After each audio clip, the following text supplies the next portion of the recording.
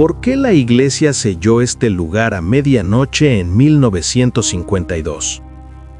A medianoche del 7 de marzo de 1952, la Iglesia Católica selló las puertas de un convento en España. No hubo ceremonia, no hubo explicación, solo ladrillos, cemento y silencio. Lo que vas a escuchar no es leyenda urbana, es historia oscura documentada. Un lugar real que fue borrado de los mapas eclesiásticos en una sola noche. Las monjas que vivían allí fueron transferidas sin previo aviso. Los registros oficiales dicen que el edificio fue clausurado por razones estructurales, pero los testimonios cuentan otra cosa. ¿Por qué sellar un convento en plena madrugada? ¿Por qué quemar todos los archivos internos antes del cierre? Y lo más perturbador, ¿por qué ninguna de las monjas que vivió allí volvió a hablar públicamente de lo que sucedió?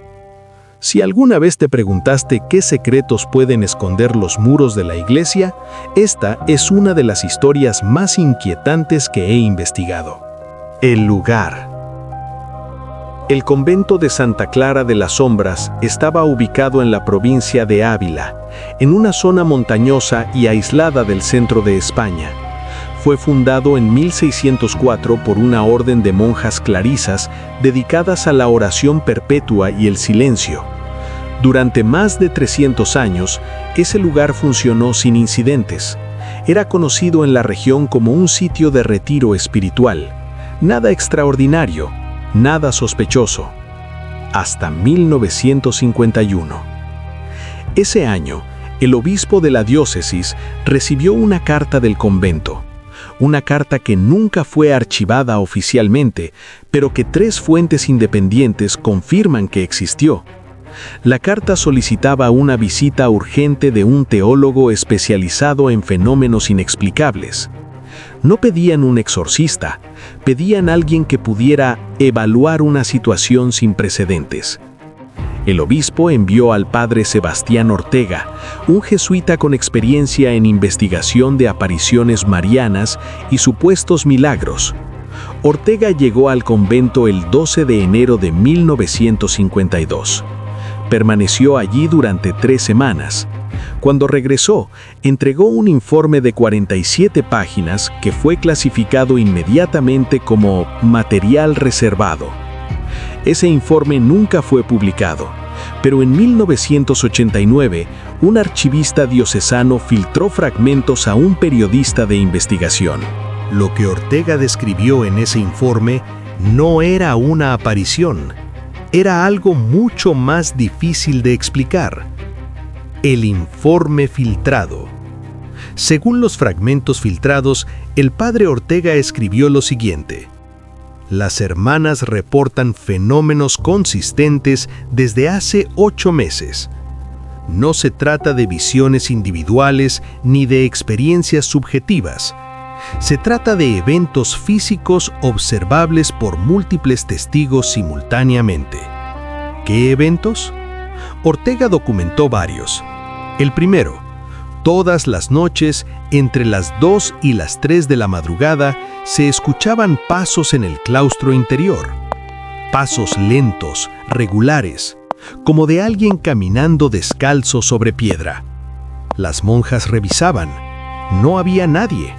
Las puertas estaban cerradas desde dentro, pero los pasos continuaban. Segundo fenómeno. En la capilla del convento, las velas se apagaban solas. No por corrientes de aire. Se apagaban en un orden específico, siempre de izquierda a derecha, una por una, como si alguien invisible las estuviera soplando. Tercer fenómeno. Varias monjas reportaron haber visto una sombra humana proyectada en las paredes del pasillo principal. Una sombra sin fuente, es decir, no había nadie ni nada que la generara.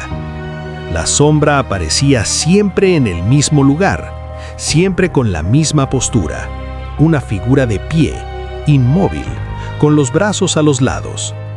Pero lo que realmente alarmó a Ortega fue otra cosa, algo que escribió en mayúsculas en su informe: las hermanas no tienen miedo.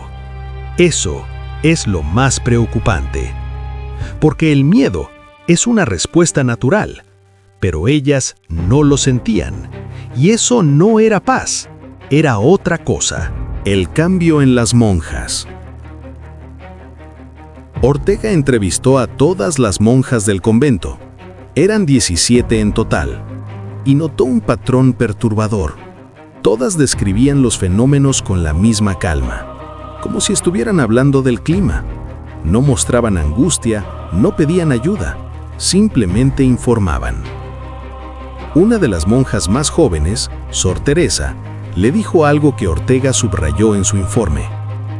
Padre, al principio sí tuve miedo, pero después de la tercera noche sentí que la presencia no era hostil. Es como si estuviera buscando algo o esperando algo. Ortega le preguntó, ¿esperando qué? Ella respondió, no lo sé, pero siento que cuando lo encuentre se irá. El padre Ortega realizó entonces un experimento. Pidió permiso para quedarse solo en la capilla durante la madrugada. Quería observar los fenómenos directamente. La Madre Superiora aceptó, pero con una condición, que no intentara comunicarse con la presencia. Ortega aceptó. A las 2:17 de la madrugada, escuchó los pasos. Confirmó que no había nadie más en el convento.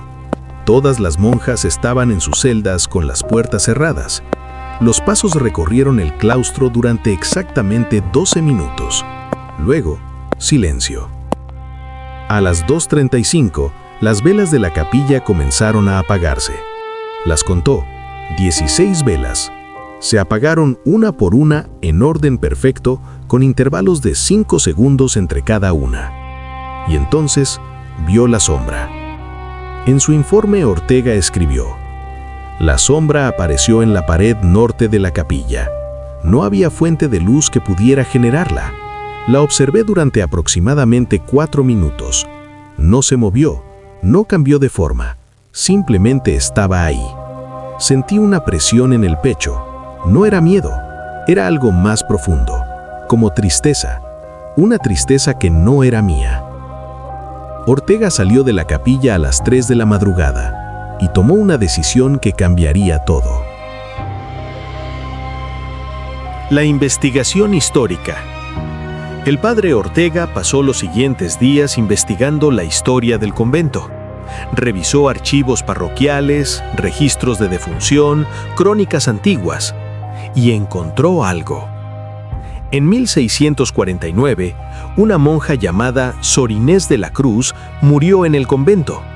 Según los registros, su muerte fue catalogada como natural. Pero Ortega encontró una anotación marginal en un libro de actas de la época.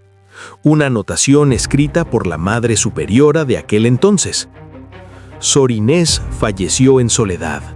Pidió confesión, pero no llegó a tiempo. Fue enterrada en el claustro según su voluntad. Ortega investigó más. Descubrió que Sor Inés había sido acusada de herejía años antes de su muerte. La acusación fue retirada por falta de pruebas, pero ella fue aislada del resto de la comunidad. Vivió sus últimos años en una celda separada. Murió sola, sin confesión, sin absolución. Y fue enterrada en el claustro, justo donde ahora se escuchaban los pasos. Ortega excavó. Con permiso de la Madre Superiora, levantó las piedras del claustro. Encontró restos humanos, restos que coincidían con la ubicación descrita en los registros antiguos. Pero encontró algo más. Entre los huesos había un pequeño objeto de metal, una medalla religiosa. En el reverso, grabado a mano, un mensaje en latín: Dominus memento mei. Señor, recuérdame. Ortega organizó un entierro cristiano apropiado para Sor Inés. Los restos fueron trasladados al cementerio del convento. Se realizó una misa. Las monjas rezaron por su alma. Esa noche, los fenómenos cesaron. No más pasos, no más velas apagándose, no más sombra. Pero eso no fue el final de la historia. fue solo el comienzo del silencio oficial. 2 semanas después del entierro de Sor Inés, el padre Ortega fue llamado de urgencia a la sede episcopal. Le informaron que su informe había sido revisado por autoridades superiores. Le agradecieron su trabajo y le pidieron que no hablara del caso con nadie. El obispo le explicó: este tipo de fenómenos, aunque reales, pueden generar confusión entre los fieles. Es mejor mantenerlos en reserva. Ortega aceptó, pero antes de irse preguntó: ¿van a cerrar el convento? El obispo respondió: esa decisión ya está tomada. El 7 de marzo de 1952, a medianoche, el convento de Santa Clara de las Sombras fue sellado. Las 17 monjas fueron transferidas a otros conventos en provincias diferentes. Ninguna de ellas pudo llevarse pertenencias personales. Los archivos internos del convento fueron quemados en el patio central. Las puertas fueron selladas con ladrillos y cemento. La versión oficial fue clausura por deterioro estructural, pero un albañil que participó en el sellado declaró años después a un periódico local: nos pagaron el triple de lo normal. Nos dijeron que teníamos que terminar antes del amanecer y que no hiciéramos preguntas. Uno de los curas que supervisaba la obra me dijo: este lugar ya cumplió su propósito. Ahora hay que dejarlo descansar. El convento nunca fue demolido, nunca fue reabierto, simplemente fue borrado de los mapas eclesiásticos. Hoy el edificio sigue en pie. Está rodeado por una verja oxidada. Hay un cartel que dice: propiedad privada, prohibido el paso. Pero los vecinos de la zona cuentan algo más. Dicen que algunas noches, si pasas cerca a medianoche, puedes escuchar algo desde dentro. No pasos, no voces. Algo peor: silencio absoluto. Un silencio tan profundo que duele. Entonces, ¿por qué la iglesia selló ese lugar a medianoche en 1952? La respuesta oficial es deterioro estructural.